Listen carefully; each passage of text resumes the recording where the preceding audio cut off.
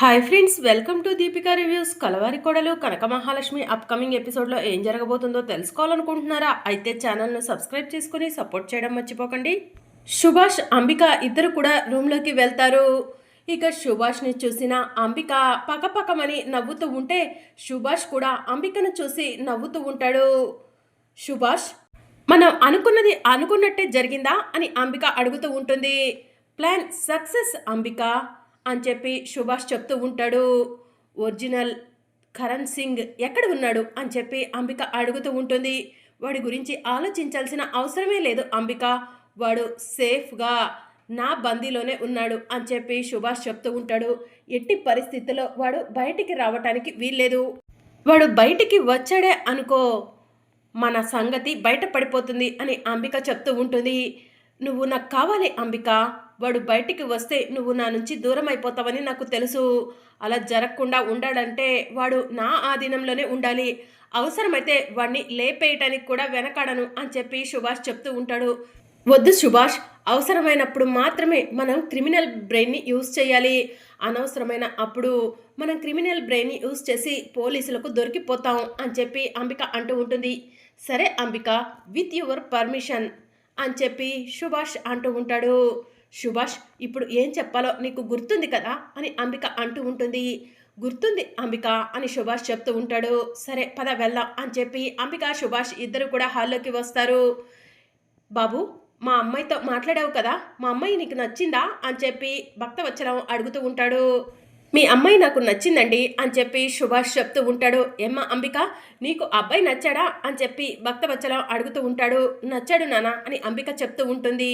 బాబు, నాకు ముగ్గురు కూతుర్లు, ఒక కొడుకు చనిపోయాడు. వీడే నా మనవడు, అంటే నా ఆస్తికి వారసుడు. నా కొడుకు చనిపోయిన తర్వాత బిజినెస్లన్నీ కూడా అంబికనే చూసుకుంది. నా మనవడు అమెరికాలో పెరిగాడు. రీసెంట్గానే అమెరికా నుంచి ఇండియా వచ్చేసాడు. అంబిక తను చూసుకుంటున్న బిజినెస్లన్నీ కూడా నా మనవడికి అప్పచెప్పేసింది. ప్రస్తుతం నా మనవడే బిజినెస్లన్నీ చూసుకుంటున్నాడు. అయితే ఇప్పుడు మేము మీకు ఈ విషయాలన్నీ ఎందుకు చెప్తున్నామంటే, నా కూతురు అంబికను మీకు ఇచ్చి పెళ్లి చేయటం మాకు ఎలాంటి అభ్యంతరం లేదు బాబు. కట్నంగా నేను ఏమి ఇవ్వాలనుకుంటున్నానంటే అని భక్తవత్సలం అంటూ ఉంటే, ఒక్క నిమిషం ఆగండి అని చెప్పి సుభాష్ అంటూ ఉంటాడు. ఏంటో చెప్పండి బాబు అని భక్తవత్సలం అంటూ ఉంటాడు. మీ గురించి అన్ని విషయాలు ఎంక్వైరీ చేసే నేను ఇక్కడి వరకు వచ్చాను. మీ అమ్మాయి నాకు నచ్చింది. ఆడపిల్లకి పెళ్లి చేసేటప్పుడు కట్నంగా ఎంతో కొంత ఇస్తారు కదా, అది నాకు నచ్చింది ఇవ్వండి అని సుభాష్ అడుగుతూ ఉంటాడు. ఏం కావాలో అడుగు బాబు, నా కూతురు కన్నా నాకేం ఎక్కువ కాదు అని భక్తవత్సలం అంటూ ఉంటాడు. మీ పేరు మీద 200 ఎకరాలు ఉందంట కదా, అది నాకు రాసి ఇవ్వండి అని చెప్పి సుభాష్ అడుగుతూ ఉంటాడు. బాబు, అది మా తరతరాల ఆస్తి. మా తాతల నుంచి నాకు వచ్చింది. నా నుంచి నా కొడుకు నుంచి నా మనవడికి వెళ్తుంది. అంతేకాని అది ఆడపిల్లలకు చెందదు బాబు అని చెప్పి భక్తవత్సలం అంటూ ఉంటాడు. ప్లీజ్ అండి, నాకు ఆ పొలం కావాలి అని చెప్పి సుభాష్ చెప్తూ ఉంటాడు. ఇక భక్తవత్సలం ఆలోచిస్తూ ఉంటాడు. ఏంటి నాన్న, నిన్నటి వరకు నన్ను పెళ్లి చేసుకో అని సతాయించారు. ఇప్పుడు నేను పెళ్లికి ఒప్పుకున్నాను. కట్నంగా ఆ 200 ఎకరాలు అడుగుతుంటే ఇవ్వటానికి ఆలోచిస్తున్నారు. ఆ 200 ఎకరాలు లక్ష్మి పేరు మీద రాసేసేదని ఆలోచిస్తున్నారా నాన్న? లక్ష్మి తిరిగి ఇచ్చేస్తుందిలే మీరు అడిగితే అని చెప్పి అంబిక అంటూ ఉంటుంది. అది కాదమ్మా అంబిక అని భక్తవత్సలం అంటూ ఉంటే, పెద్దయ్య, అంబికమ్మ పెళ్లి కావటం, మీ మొహంలో సంతోషం చూడటమే నాకు కూడా కావాలి. మీకు ఎలాంటి అభ్యంతరం లేకపోతే ఆ 200 ఎకరాలు అంబికమ్మకు కట్నం కింద ఇచ్చేద్దాం పెద్దయ్య అని లక్ష్మి చెప్తూ ఉంటుంది. అమ్మ లక్ష్మి అని భక్తవత్సలం అంటూ ఉంటాడు. నానా, లక్ష్మి కూడా ఒప్పుకుంది. ఇక మీరు ఈ విషయం గురించి ఆలోచించకండి అని చెప్పి అంబిక అంటూ ఉంటుంది. బాబు, ఈ విషయం గురించి మా ఇంట్లో డిస్కషన్ చేసి ఆ తర్వాత మీకు కబురు చేస్తాను అని చెప్పి భక్తవత్సలం అంటూ ఉంటాడు. సరేనండి, మీ అమ్మాయి నాకు బాగా నచ్చింది. నేను అడిగిన కట్నం ఇచ్చేస్తే మా ఇద్దరికి పెళ్లి జరిగిపోతుంది అని చెప్పి సుభాష్ అంటూ ఉంటాడు. సరే బాబు, ఇంట్లో అందరితో డిస్కస్ చేసి ఆ తర్వాత మీకు నేనే కబురు పెడతాను అని భక్తవత్సలం చెప్తూ ఉంటే, సరేనండి ఇక నేను బయలుదేరుతాను అని సుభాష్ చెప్తూ ఉంటాడు. అంబిక బాయ్ అని చెప్పి సుభాష్ చెప్తూ ఉంటే, బాయ్ అని చెప్పి అంబిక కూడా అంటూ ఉంటుంది. ఇక అక్కడి నుంచి పెళ్లి వాళ్ళు వెళ్ళిపోతారు. ఏంటి నాన్న మీరు చేస్తుంది? నాకు మనసుకు నచ్చిన వాడిని పెళ్లి చేసుకోవడానికి నేను ముందుకు వచ్చినా కూడా అతను అడిగిన కట్నం ఇవ్వటానికి మీరెందుకు ఆలోచిస్తున్నారు అని అంబిక అంటూ ఉంటుంది. అది కాదమ్మా అంబిక, ఈరోజు ఆ 200 ఎకరాలు నీకు ఇచ్చేస్తే ఏదో ఒక రోజు నిన్ను పెళ్లి చేసుకున్న అతను అమ్మేసుకుంటాడు. ఆ రోజు మా తాతల ఆస్తి అనే పేరు ఉండదమ్మా. ఆ విషయం గురించే ఆలోచిస్తున్నాను. అదే ఆ ఆస్తి విహారీ దగ్గర ఉంటే మా తాత ముత్తాతలదని విహారీ ఎప్పటికీ చెప్పుకుంటాడు కదా అని చెప్పి భక్తవచలం అంటూ ఉంటాడు. అలా ఎలా అమ్మేస్తాం నాన్న? ఆయన అమ్ముతా అంటే నేను ఒప్పుకుంటానా ఏంటి? అంత ఫూలిష్గా ఆలోచించకండి నాన్న.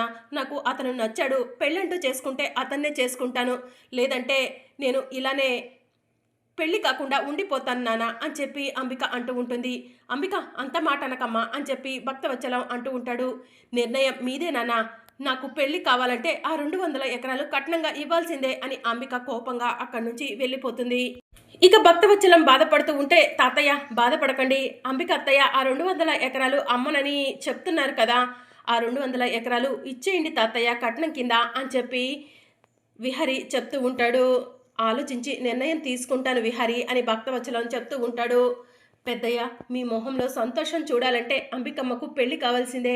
అంబికమ్మ పెళ్లి చేసుకోవాలంటే ఆ 200 ఎకరాలు అంబికమ్మ పెళ్లి చేసుకునే అతను కట్నం కింద అడిగాడు కాబట్టి ఇవ్వటమే మంచిది పెద్దయ్య అని చెప్పి లక్ష్మి అంటూ ఉంటుంది.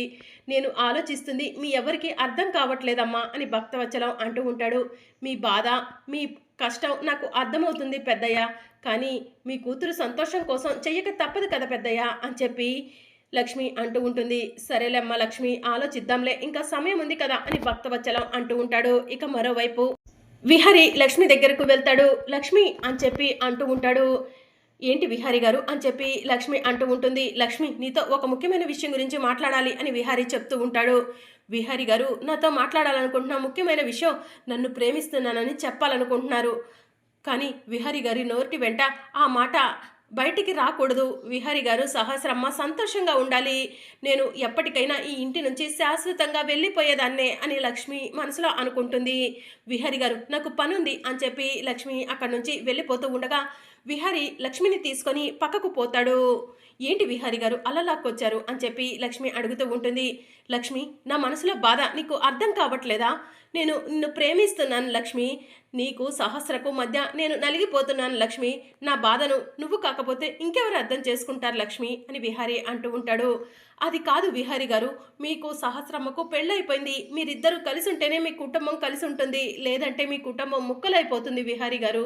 ప్లీజ్ విహారీ గారు, మీరే సంకల్పించారు సహస్రమ్మను పెళ్లి చేసుకొని కుటుంబాన్ని కలిపి ఉంచాలని, ఇప్పుడు మీరే సహస్రమ్మకు దూరం అయ్యి మీ కుటుంబాన్ని ముక్కలు చేస్తారా విహారీ గారు అని చెప్పి లక్ష్మి అంటూ ఉంటుంది. అది కాదు లక్ష్మి, ఎందుకు నువ్వు నన్ను అర్థం చేసుకోవట్లేదు? నాకు సహస్రతో బతకడం ఇష్టం లేదు, నా గుండె ముక్కలైపోతుంది, నా గుండె బండరాయి అయిపోయింది, నీకు సహస్రకు మధ్య నేను నలిగిపోతున్నాను లక్ష్మి అని విహారీ అంటూ ఉంటాడు. ప్లీజ్ విహారీ గారు అలా మాట్లాడకండి, సహస్రమ్మ మెడలో మీరు 3 ముళ్ళు వేశారు, సహస్రమ్మ కడుపులో మీ బిడ్డ పెరుగుతుంది అని లక్ష్మి అంటూ ఉంటుంది. లక్ష్మి, ఒక్క నిమిషం ఆగు, నేను సహస్ర మెడలో 3 ముళ్ళు వేయలేదు అని విహారీ చెప్తూ ఉంటాడు. ఇక లక్ష్మి షాకింగ్గా అలానే చూస్తూ ఉంటుంది. ఏంటి విహారీ గారు మీరు మాట్లాడేది అని లక్ష్మి అంటూ ఉంటుంది. ఆ రోజు హాస్పిటల్లో సహస్ర చావు బతుకుల మధ్య పోరాడుతుందని డాక్టర్ చెప్పినా కూడా సహస్ర మెడలో నేను 3 ముళ్ళు వేయలేకపోయాను లక్ష్మి, ఎందుకంటే నా మనసు అందుకు అంగీకరించలేదు. నేను 3 ముళ్ళు వేసింది నీకే లక్ష్మి, నువ్వే నా భార్యవి అని చెప్పి విహారీ అంటూ ఉంటాడు. కానీ విహారీ గారు, కానీ సహస్రమ్మ కడుపులో మీ బిడ్డ పెరుగుతుంది అని చెప్పి లక్ష్మి అంటూ ఉంటుంది. అసలు నేను కల్లో కూడా ఎవరికి అన్యాయం చేయను లక్ష్మి, అలాంటిది కల్లో నేను సహస్రను సొంతం చేసుకున్నానని సహస్ర చెప్తుంది, అది ఎలా నమ్ముతావు లక్ష్మి అని విహారీ అంటూ ఉంటాడు. నమ్మక తప్పదు కదా విహారీ గారు, సహస్రమ్మ ప్రెగ్నెంట్ అంట అని చెప్పి లక్ష్మి అంటూ ఉంటుంది. లక్ష్మి, సహస్రకు ప్రెగ్నెన్సీ అన్నది నిజమో కాదో నేను తొందరలోనే తేల్చేస్తాను లక్ష్మి అని చెప్పి విహారీ అంటూ ఉంటాడు. విహారీ గారు అలా మాట్లాడకండి, సహస్రమ్మ ప్రెగ్నెంట్ అని చెప్తుంటే అవునో కాదో తేల్చేస్తా అంటారేంటి అని చెప్పి లక్ష్మి అడుగుతూ ఉంటుంది.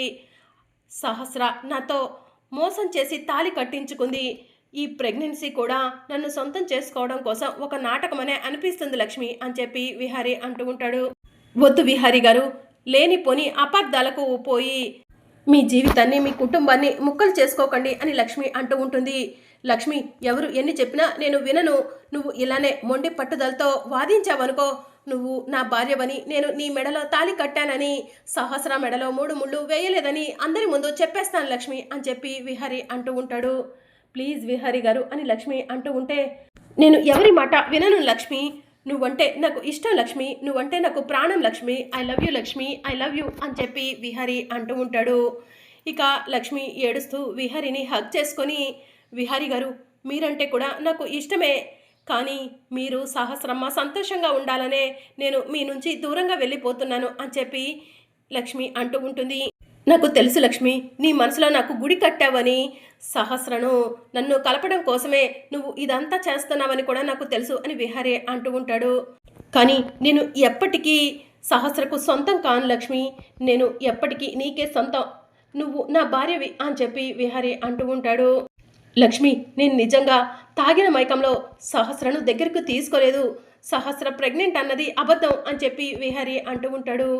విహారీ గారు, మీకు సహస్రం అంటే ఇష్టం లేదు కాబట్టి అలా మాట్లాడుతున్నారు అని లక్ష్మి అంటూ ఉంటుంది. లేదు లక్ష్మి, నేను ఏ విషయాన్నైనా గట్టిగా నమ్మితే అదే నిజమవుతుంది. కావాలంటే సహస్ర ప్రెగ్నెంట్ అవునో కాదో నిరూపిస్తాను, నాకు నీ సహాయం కావాలి లక్ష్మి అని విహారీ అంటూ ఉంటాడు. సరే విహారీ గారు, మీరు ఏం చేయమన్నా కూడా చేస్తాను అని చెప్పి లక్ష్మి అంటూ ఉంటుంది. సహస్ర ప్రెగ్నెంట్ అవునో కాదనని మొన్న నాకు తెలిసిన ఒక డాక్టర్ దగ్గరికి సహస్రను తీసుకెళ్లాను లక్ష్మి, కానీ ఆ డాక్టర్ చెప్పింది ఎందుకో నాకు నమ్మశక్యం అనిపించలేదు. నీకు తెలిసి ఎవరైనా గైనకాలజిస్ట్ ఉన్నారా లక్ష్మి అని చెప్పి విహారీ అడుగుతూ ఉంటాడు.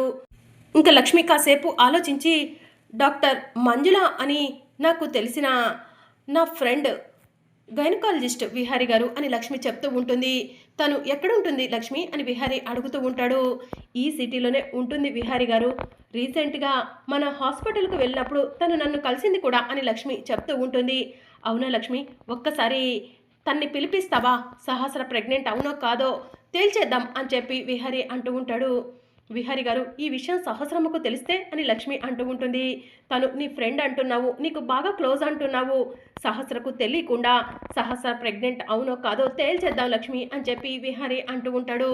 సరే విహారీ గారు అని లక్ష్మి చెప్తూ ఉంటుంది. ఇక లక్ష్మి అక్కడి నుంచి వెళ్ళిపోబోతూ ఉండగా విహారీ లక్ష్మి చేతిని పట్టుకొని గట్టిగా వెనక్కి లాగుతాడు. ఇక లక్ష్మి విహారీని గట్టిగా పట్టుకొని, ఏంటి విహారీ గారు అని చెప్పి అడుగుతూ ఉంటుంది. ఇక విహారీ లక్ష్మిని హగ్ చేసుకొని, నా నుంచి దూరం కానని మాట ఇవ్వు లక్ష్మి అని చెప్పి అడుగుతూ ఉంటాడు. ప్లీజ్ విహారీ గారు అని చెప్పి లక్ష్మి అంటూ ఉంటే, లక్ష్మి, నీ మనసులో ప్రేమ ఉందని తెలిసిపోయింది, ఇక మన ఇద్దరిని ఎవరు విడతీయరు Lakshmi, I love you Lakshmi, నువ్వు కూడా నాకు ఒక్కసారి ఐ లవ్ యూ చెప్పు లక్ష్మి అని విహారీ అంటూ ఉంటాడు.